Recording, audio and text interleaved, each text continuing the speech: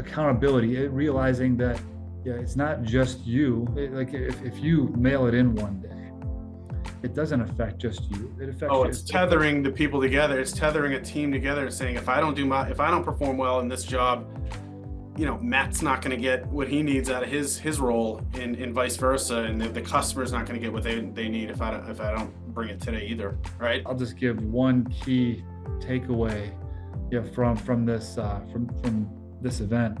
One of the lessons they teach is when leadership fails, the team suffers. So when it's your time to lead, and you fail, and you will fail at some point, that you get to watch the team suffer.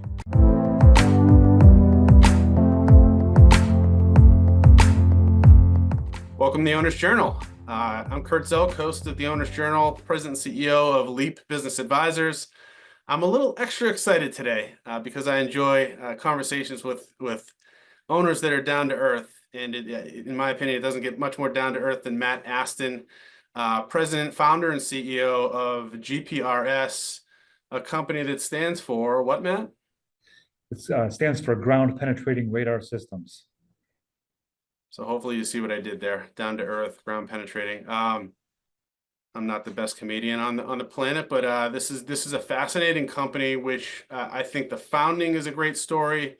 I think the story or the journey of the first 5 years and some of the self-doubt in the business plan is a fascinating story that everyone listening here today that's a CEO is going to find interesting. So why don't we start there with the founding of this company a little over 24 years ago, Matt, where you had a choice to make about your career, and I'll let you tell it. There was a job you could have taken with your father's company, it was established, or you could do something else. And I think he kind of made it somewhat of an easy decision on you, but tell the story a little. Why don't you tell it in your words? Yeah, I went to school for corporate finance, and I had an entry level financial analyst job in a big Fortune 200 company here in Toledo, and I was enjoying what I was doing. My wife called me one day and said she was pregnant. This was about the same time as my annual review, and they gave me a great review, and they told me you're getting a huge raise, relative to the rest of the group and on a percentage basis. But remember, I was an entry level analyst, and so my 6.5% raise was like $2,000. And my wife was a teacher, and I said, I really appreciate the raise and the gesture, but I feel like my contribution is worth more than what I'm making here. And they said, oh no, you just got to put your time in. And that was the worst thing they could have said to me. And so I grew up in a home. My dad started his own business when I was 3 years old, and his business it's called Ohio Concrete Sawing and Drilling. And that's exactly what they do. They cut concrete, they cut and they drill holes through concrete slabs. Still there? So Yeah. I talked to my dad. I took him out to lunch one day, and I talked about going into business with him. And his response was very enthusiastic, and he said, any owner would love to work with their son. And so we started on this road, and about a week later, he came back to me and he said, hey, I've been thinking about this, and I think this is wrong. I really think you should do something on your own. And I kind of took the wind out of my sails. And I was like, why? Yeah. But he told me years later that he was concerned that if I took his business over, I would have doubt as to whether or not I could have ever started it. If I could have ever got it off the ground. He saw something within me that I had not yet seen or realized I had within myself. So he gave me a magazine, and in that magazine there was an advertisement for this ground penetrating radar, and one of the applications they identified was the ability to find electrical services, conduits that were embedded within or below a concrete slab prior to saw cutting. And when I helped on the jobs in my dad's company when I was in high school and college, this was a prominent issue. It seemed inevitable that if they were going to cut in a concrete slab, if they were going to drill, they were going to hit something they didn't know was there, oftentimes electrical. But so I saw this advertisement and kind of on that singular application, yeah, thought we could start a business like this. And my dad gave me a loan to help me get started. I remember him saying, "You better pay me back," and I was able to do that a few years later. But that's the very humble beginnings. It was a one-person company, owner operator, and we started in Toledo, Ohio, where I still live, and the company's still based, and really served Northwest Ohio and up to Southeast Michigan, Ann Arbor, and Detroit area at the beginning. How many companies were doing this at the time? Was this an established business where there were, several competitors and you're like, ooh, I don't know. That's not sure I can break into that market. It's so busy. Not exactly. I think there was nobody in this area. I think nationally there may have been a half dozen companies that I was actually lined up to go ride with someone who was doing this in Denver. Had been at it for a little while. And a few days before I was scheduled to fly out there to ride with him and kind of understand how he does it, he called me and said, "Hey, cancel your flight. I'm shutting this thing down. I just had an incident. They hit power on the job that I was on. I never saw it.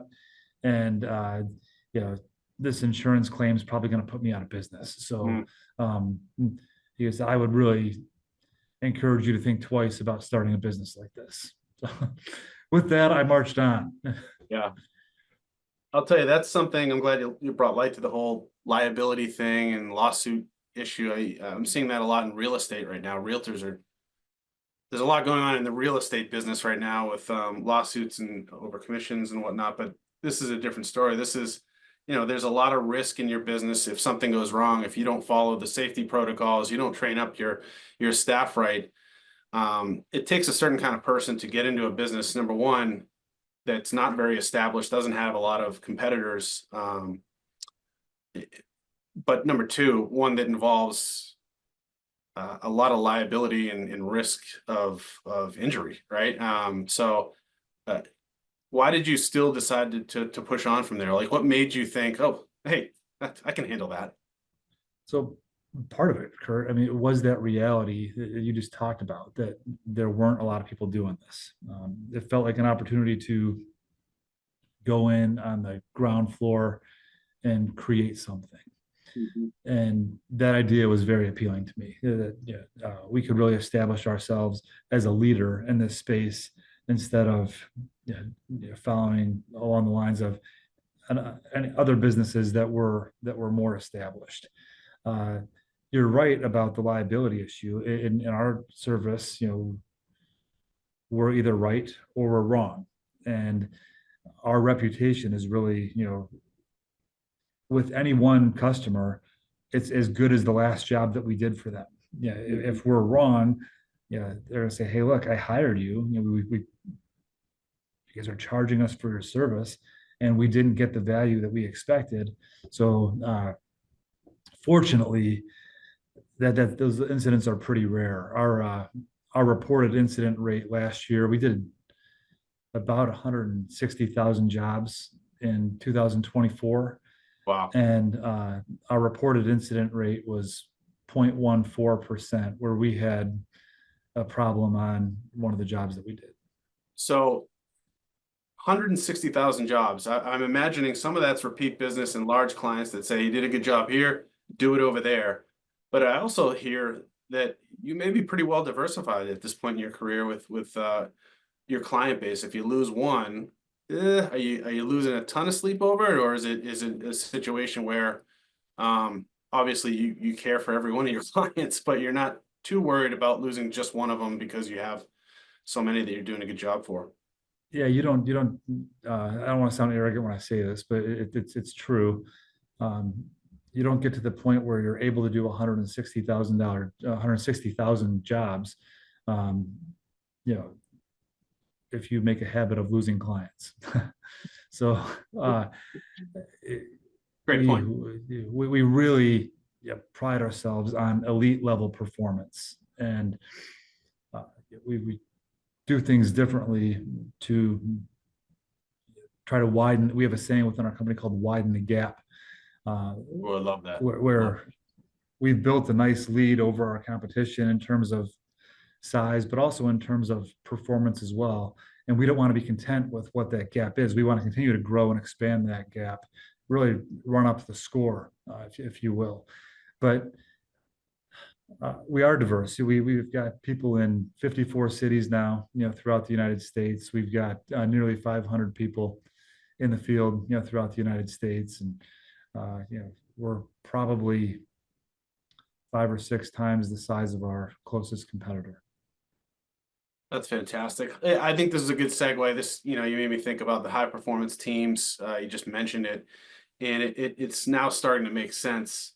The way that you invest in training at GPRS, it's a little different than your average healthcare organization or your average, Amazon.com. It's not a learning management system, right? So you have a unique way of getting your key people together, or maybe it's all of your employees together, to make sure that they're a really high performing team. Can you talk about a little bit about that unique process? Yeah, so we do a few things differently on training.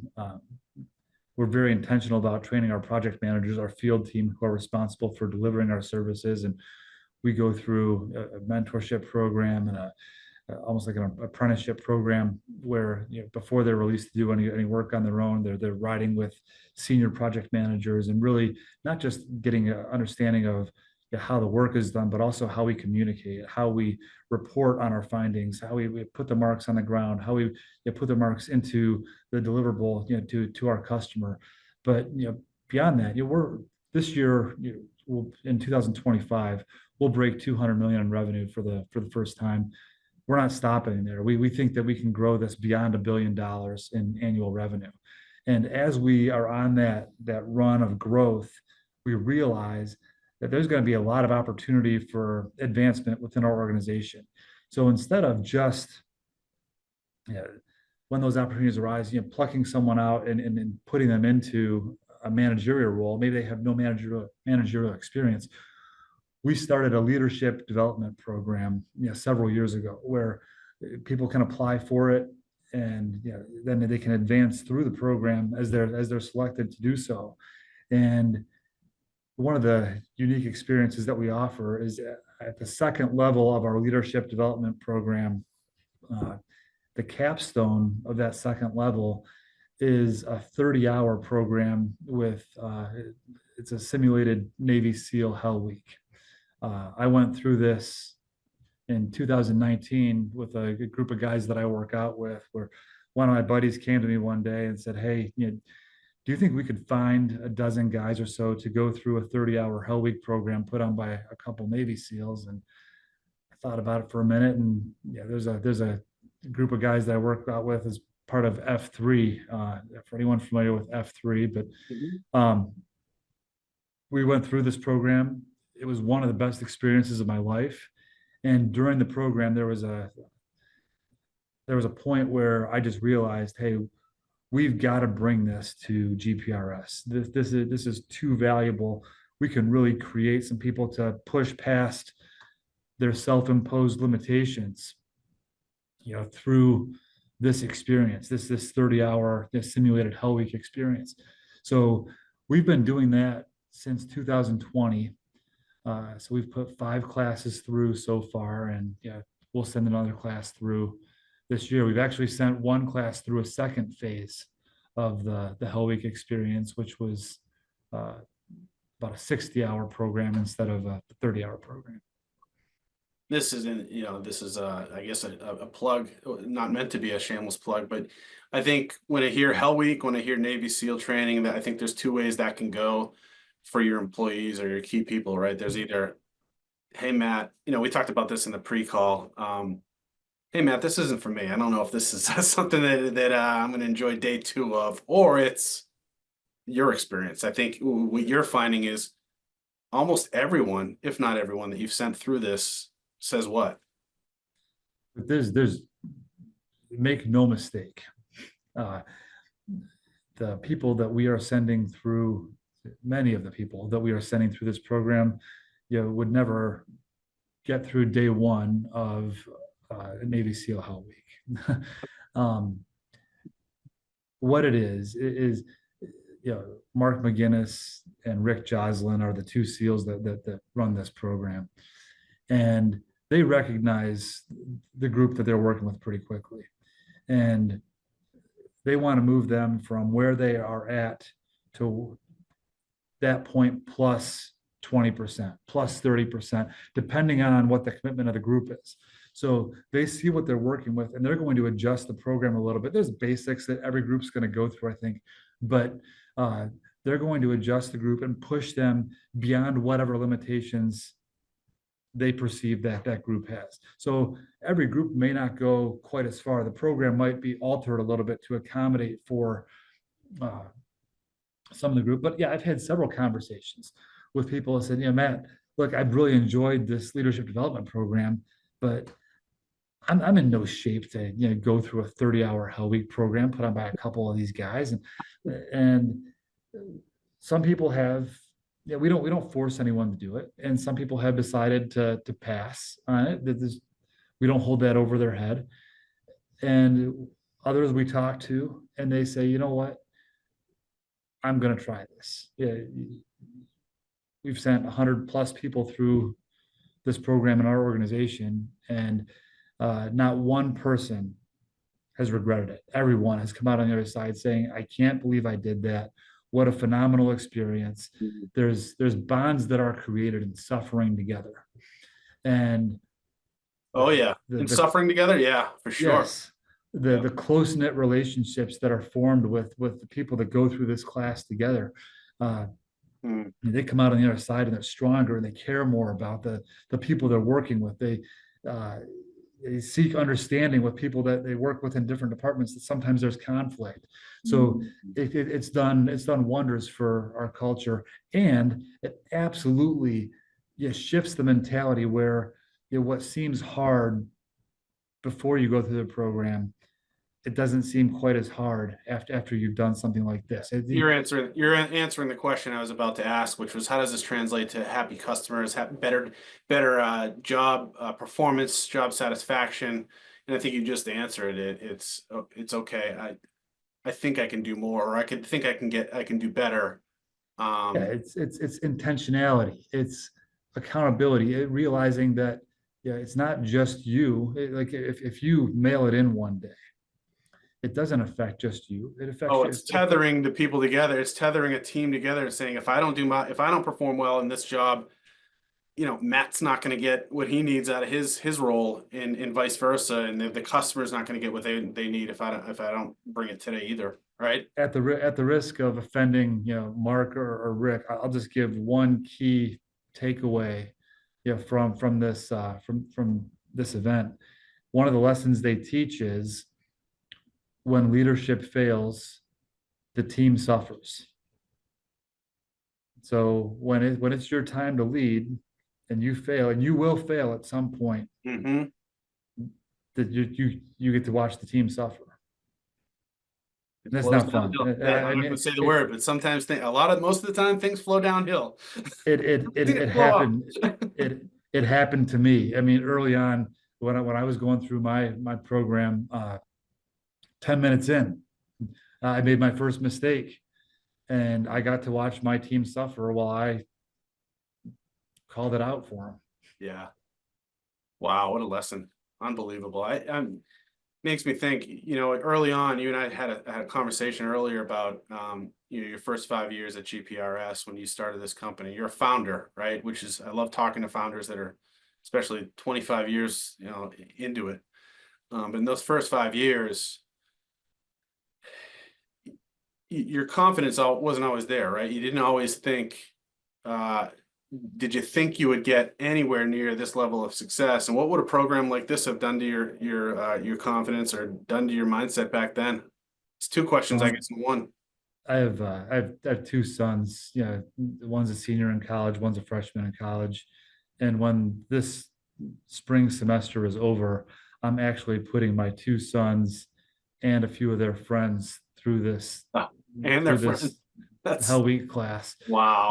because I recognized that I went through it. I was 40, yeah, I was 42 years old when I went through it. Um, if I could have gone through this when I was, 18, 19, 20 years old, uh, the difference in perspective that I would have had in my life would have been, it would have been an absolute game changer. But you asked the question about, startup, and it wasn't, we touched on this at the beginning of the call. There weren't other companies that were doing this. There were very few other companies at the time. And the biggest challenge that we had to overcome was awareness. People Yeah, just yeah. didn't Nobody knows what understand. you're doing. Yeah, I, they don't know your business. They think it's dig safe. I Yeah, they, would, yeah. yeah, I would show up at construction sites and I would say, "Hey, my name's Matt. I'm ground penetrating radar systems. Here's what we do." And they'd look at me like I was stupid. And they'd say, "Look, we're not looking for treasure on this site. You're gonna get out your Yeah, we're putting in a new water system, or we're putting in, we're putting a renovation on this plant. We're not digging for gold here, kid. Get out of yeah. here." And it took a lot of free jobs, and it took a lot of demonstrations and examples of how we could help, where I really had to, not just talk about the value we bring, but really show Oh the yeah, value we bring. demos. Yeah, that's great. Yeah. Actually, tell And the audience. I'm sorry. Go ahead. Keep going. no, it was, I would say that awareness time was probably, one of the more challenging aspects of, starting the business that I ever had to overcome. I think it was probably 5 years before, I quit questioning the long-term viability of GPRS. There were days, this is not an exaggeration. There were days where I would call home and ask my wife to call my cell phone just to make sure that it was working. That it was, because I'd go days and sometimes a few weeks, without a phone call. You must be My broken. Why aren't people calling me? Why isn't my phone uh, ringing off the hook? exactly. The first, we started in September of '01. And I think by the end of the year, I had invoiced like $3,500. Did 3 or 4 jobs. Yep. And you kept going. You said, you know what? They just don't know who I am yet. I just need to get out there more. I need to market myself, more demos. I'm putting words in your mouth, but I mean, No, that the was it. audience. Yeah, Yeah. we had I had a great, you get these little tastes of success where, someone called on a site that I stopped by, and like, okay, well, that puts more gas in the tank to stop by more sites. And then in December of 2001, I stopped by a site. It was December 23rd, at the Detroit airport, and it was 5:30 in the afternoon, and there was one car in the lot with the trailers, and it was a BMW. So I thought, okay, maybe this guy has some pull on this site. So I went in to hand him the brochure and give the sales pitch, and he put up his hand like he was going to kick me out of his office. And okay, here we go. And he said, "Are you telling me you can use this to find post tension cables?"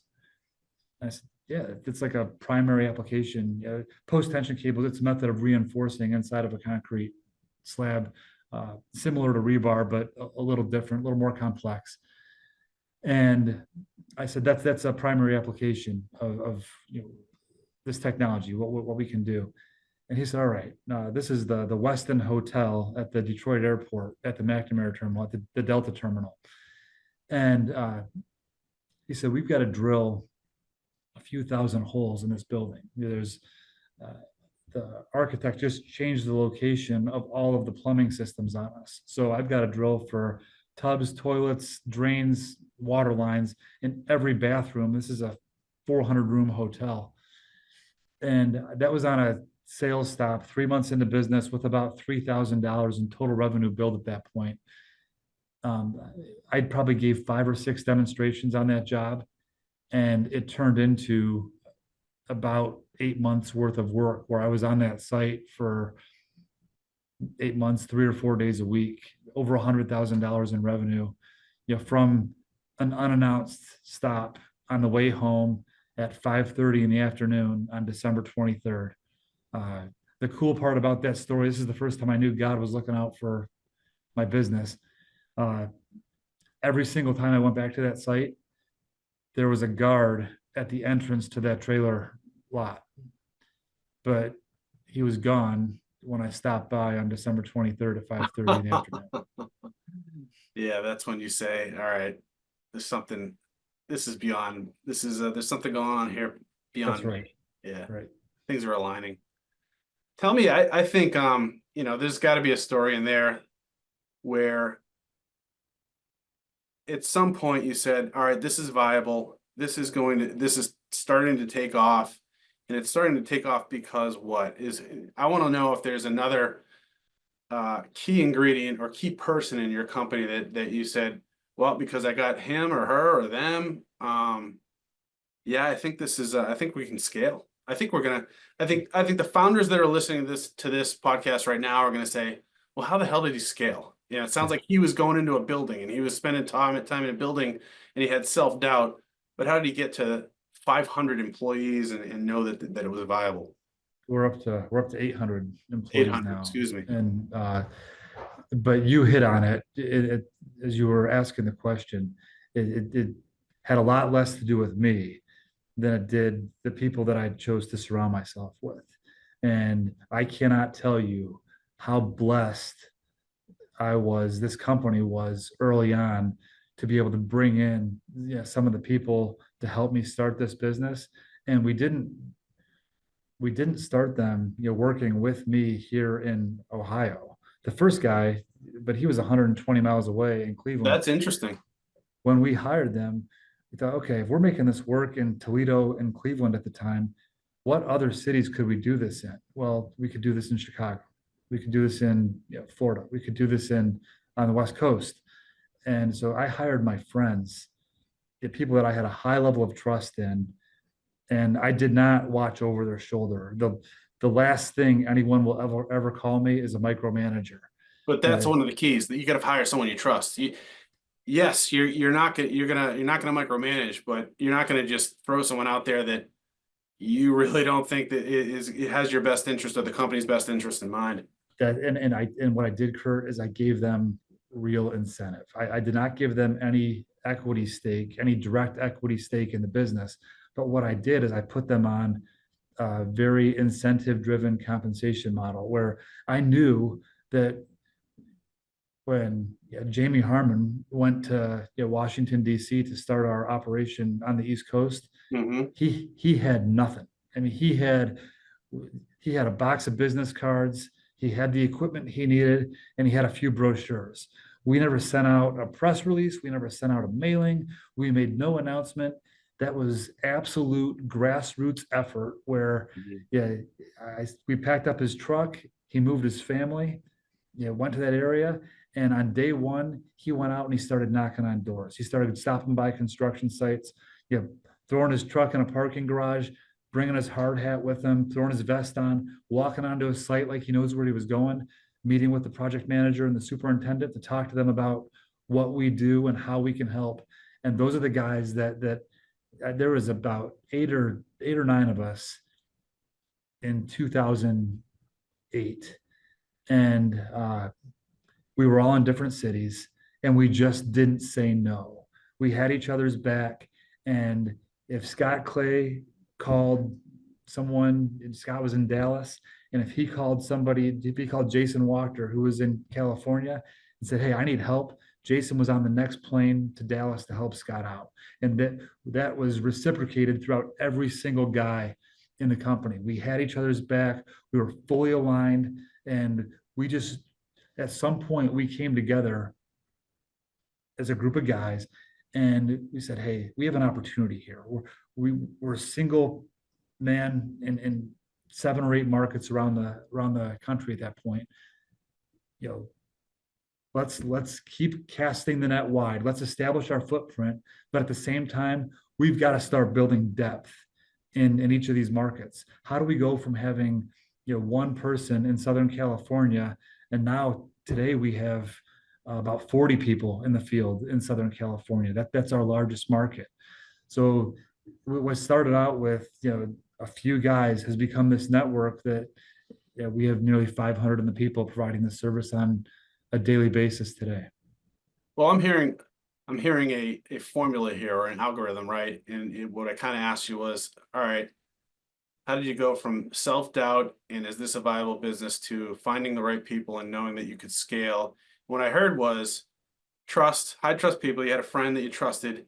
I heard hungry. I heard your friend was hungry. You said he had nothing. Do you mean he had no support, or he did not have a lot of assets and resources at the No, time? no, no. Yeah, he was a police officer when we Okay. hired him. Yeah, I didn't care what their background was. I wanted guys who, worked, who knew how to work Mhm. and knew how to talk to people and could lead, because we were going to be starting something. And it when I talked about Jamie moving to DC, he basically covered from Charlotte up to Boston and just went wherever the work was along that kind of 85 and 95 corridor, up the East Coast. And I didn't have to tell him. I didn't have to check in on him. If he didn't have a job on a given day, I knew what he was doing. You go He get was, it. yeah, he was Work waking ethic. up at Yeah. 5 or 6 in the morning to go be in offices or go be on sites to create that awareness. Because you don't create awareness in DC, and that awareness doesn't just trickle its way to Los Angeles. You've Mhm. got to do it in whatever market that you're serving. And these guys at the beginning, um, many of them are still with GPRS today. A couple have retired from GPRS now, but many of these guys, they treated it from the beginning as though it was their own business. And I'd go every 6 weeks or so, and ride with them for a day or two, support them, help them, give some presentations in their area. But I didn't build this business by myself. I had a team of guys that were fully aligned and worked closely together to make this happen. I'm not surprised. I mean, I knew that was going to be the answer. I just didn't know who you hired to do it and where you found them. But I think the key, what I'm hearing is you have to have people you trust. You have to have people with work ethic. You have to have people, those three things. You have to have people that know how to have a conversation And in maybe this business. one of the things that I would add to that is the people that one of the reasons that I was extremely blessed is the people that I hired. They helped form the vision for what this could be. It wasn't just me. They contributed, and Really? they helped form the vision for what this could be. Wow, that's quite a story. I mean, we could go on. I could talk to you for hours, but we're running up against time now. This was a fascinating conversation, Matt. I want to do it again. I think you're a very down to earth. You're very easy guy to talk to, and I think that's probably why you've have 160,000 jobs that you worked on last year, because you know how to have a conversation. But I think it's a trickle down thing, right? It's you hire people that are hardworking, trustworthy, know how to have a conversation. And then you hire other folks under them or to be trained by them that observe that and do likewise, right? That's how you scale. That's how you scale a business like yours. There's some technical expertise, I'm sure. Um, Yeah, I think the essence of leadership is when you have a team that you're responsible for, it's incumbent upon that leader to look within that team and find people that have not reached their potential, that they haven't realized, what their true capability is, and to help them realize it, and then put them in opportunities where they can live it out. That I think that's truly what the essence of leadership is. And we've been able to do that repeatedly, and I think that's one of the biggest difference makers in our company today. What a great message. Matt, it was an absolute pleasure. Let's do this again if you're up for it. And let's do it real Glad to. soon. Thanks, Matt. All right, we're gonna cut there. The only thing I wish I'd done a little bit earlier was ask you, uh, and we can do it maybe on another interview, is how do you describe what you do so that people don't say, oh, you're just walking around with a metal detector on the beach, versus I know you've described it this way. It looks like a baby carriage, or it looks like something about that size, right? And you're going into buildings and you're really taking you're reducing liability or reducing risk for your clients. And for that reason, that's why you're printing money right now. Like you're taking, that's the value, right? And I don't know that I mean we can do that on another call. Were you hoping that I would ask that question or that we got to that point, or do you have any Um, yeah, if you want to work something in and maybe edit it back in, I can touch on it in, probably yeah, 2 or 3 minutes or less. all right, let's do that right now because I want to give you the free Yeah, advertising, right? The free sure. publicity. So yeah, I guess we're back on. I guess the question that everyone's asking that is not familiar with GPRS is what is the difference between calling DigSafe if you're a residential home or seeing someone on a beach with a metal detector and how do you dispel that question of what it is that GPRS does and what is the value proposition? So yeah, any dig safe or any 811 system, they're really limited to, what's in the public interest or right of ways. They can't necessarily do things on private property. But in GPRS, anytime that there's going to be an excavation or anytime there's going to be cutting in concrete, anytime the ground is really disturbed, we can use not just ground penetrating radar now, but various forms of technology to give a great representation of what is underground. Our motto today is we intelligently visualize the built world, and now we're even putting that into a software package. We I would draw the analogy to Google Maps, where you use Google Maps to get where you're going. Well, if you think about the campuses that we work on regularly, universities, hospitals, manufacturing facilities, entertainment venues, yeah, chemical plants, yeah, many others. Very few have a good representation of what their underground infrastructure really looks like.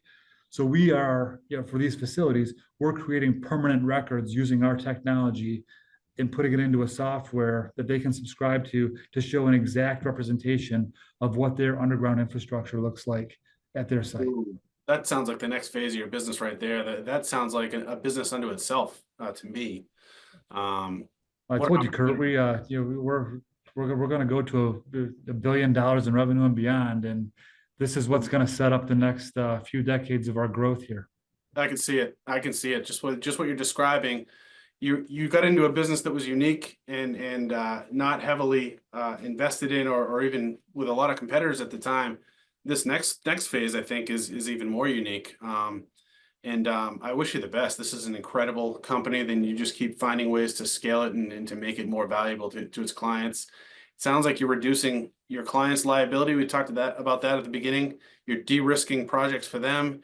And when you do that for someone else's business, that I think you can write your own checks at that point, right? We've certainly been blessed, and but it comes back to that elite level performance. That's really what we're striving for on every single job that we're doing. Well done. Fascinating business. It was great seeing you again, Matt. And let's do this again. Thank you. Look forward to it.